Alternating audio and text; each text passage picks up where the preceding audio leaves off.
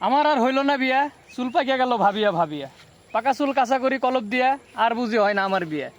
একবার মিয়া দেখতে গেছিল হোলাই গাড়ি, এখন মিয়ার মা দিকে করছে বাবা বরের পাকিয়া গেছে দাড়ি। তখন আমি কইলাম তাহলে কি দেখাবে না নারী, ঘুরে যাব বাড়ি, পারবো না দিতে শাড়ি। এখন মিয়া দেখিছে আমাকে জালনা দিয়া, কইছে বুড়ার সাথে হব না বিয়ে। মিয়ার শুনে কথা সত্যি প্রাণে পাইনু ব্যথা, কষ্টে মষ্টে বাড়িতে এসে কত কান্দা কান্নু একলা ঘরে বইসে।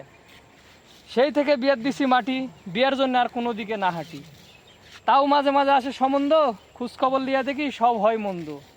কেমন হয় মন্দ শুনলে লাগে গন্ধ, হয় পেটালা নয় ছালালা, এই দূরে একটা হবি। তাই ঘটকে পয়লা এসে আমাক কবি।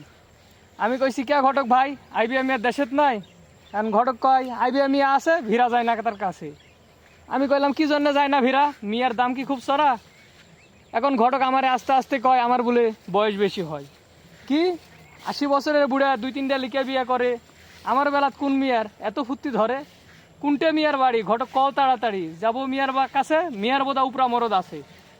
আমি কালো কুজা না ন্যাংরা, আমি তো খুব ভালোই এক চ্যাংরা। প্যান্ট শার্ট পরে হাতে লাগাই ঘড়ি, এর চাইতে ভালো কি আর আছে। আরে আইসাই দেখ না কাছে পারি কি না পারি, না পারলে তারপরে নাই যাই বাপের বাড়ি, তারপরেই হবে সেরাসেরি। আর গেছেই দিন কাইটা, আর কাক ধরবো আইটে, যাক ধরেছ না আইটা সে গেছে কাইটে। এই একা কোন একা একা যাচ্ছে হাইটা, এ হলো ইতি। স্টপ।